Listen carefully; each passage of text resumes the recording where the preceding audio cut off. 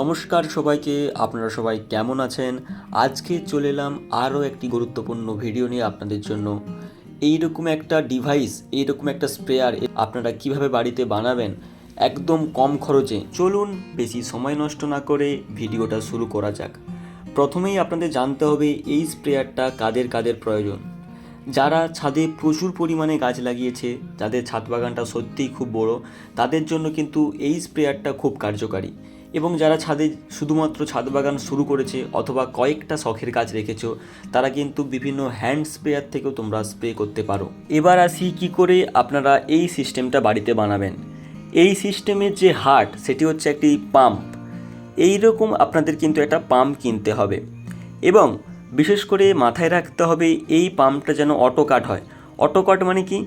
এই যে দেখতেই পাচ্ছ স্ক্রিনে যে স্প্রেয়ারের যে হ্যান্ডেলটা, এটাকে যখন আমরা প্রেস করব তখন স্প্রে হবে, আবার যখন ছেড়ে দেবো তখন কিন্তু মোটরটাও বন্ধ হয়ে যাবে স্প্রে বন্ধ হওয়ার সঙ্গে সঙ্গে।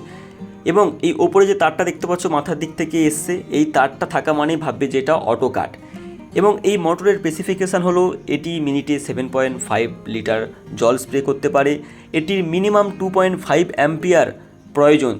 আপনারা যে অ্যাডাপ্টার বা ব্যাটারি নেবেন সেটা কিন্তু মিনিমাম 2.5 অ্যাম্পিয়ারের হতেই হবে। এবং তার পাশাপাশি এটি 140 PSI। শুধু এইটুকু আপনাদের জানলেই হবে। এটা আমি কলকাতা থেকে কিনেছি, 350 টাকা নিয়েছে, 380 টাকা নিয়েছে। আপনারা অনলাইনে কিনতে পারলেন, একটু দাম বেশি নেবে। এবার লাগবে আপনাদের এরকম একটা অ্যাডাপ্টার।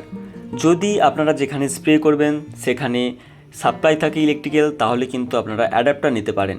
এবং যদি আপনাদের সেখানে ইলেকট্রিক্যাল সাপ্লাই না থাকে তাহলে কিন্তু আপনাদেরকে ব্যাটারি নিতে হবে। সেক্ষেত্রেও কিন্তু এরকম একটা অ্যাডাপ্টার প্রয়োজন হবে, কারণ ব্যাটারিটাকে চার্জ করার জন্য। এই অ্যাডাপ্টারটা দাম নিয়েছে 180 টাকা মাত্র। এই অ্যাডাপ্টারটা মিনিমাম 2 অ্যাম্পিয়ারই দেবে এবং এই অ্যাডাপ্টারের থেকে ব্যাটারি নেওয়াটা আমার মনে হয়েছে বেটার। কিন্তু যেহেতু এটাকে আমি কম বাজেটের মধ্যে বানাচ্ছি, তাই আমি এখানে অ্যাডাপ্টারই ইউজ করলাম। এই অ্যাডাপ্টারের সেরকম কোনো স্পেসিফিকেশান নেই। এটা 220 ভোল্টে, যেটা আমাদের বাড়ির সাপ্লাই, সেখানে এটাকে আমরা যদি দেই তাহলে এটা আউটপুটে দেয় 12 ভোল্ট 2.5 অ্যাম্পিয়ার। এইবার একটু মন দিয়ে ভিডিওটা দেখবে, কারণ এখানেই সবথেকে কিন্তু একটু টাফ জিনিস আছে।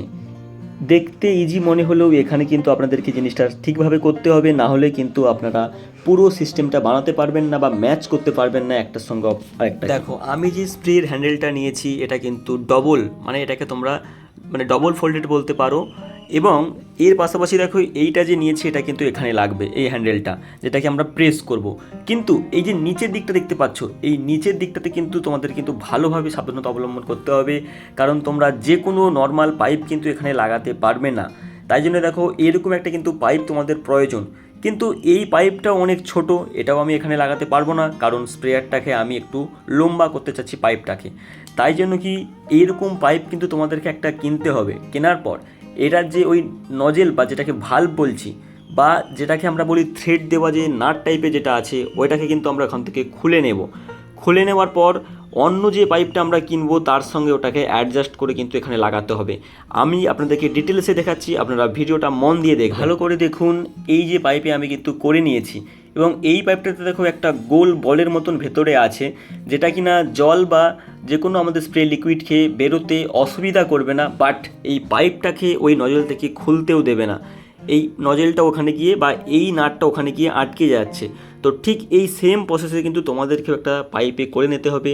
এবং আমি যে পাইপটা নিয়ে এসেছি এই পাইপটা তোমরা যে কোনো হার্ডওয়্যারের দোকানে পেয়ে যাবে। এটা একটু শক্ত ধরনের পাইপ, স্প্রে করার জন্য কিন্তু এরকমই পাইপ তোমাদের নিতে হবে।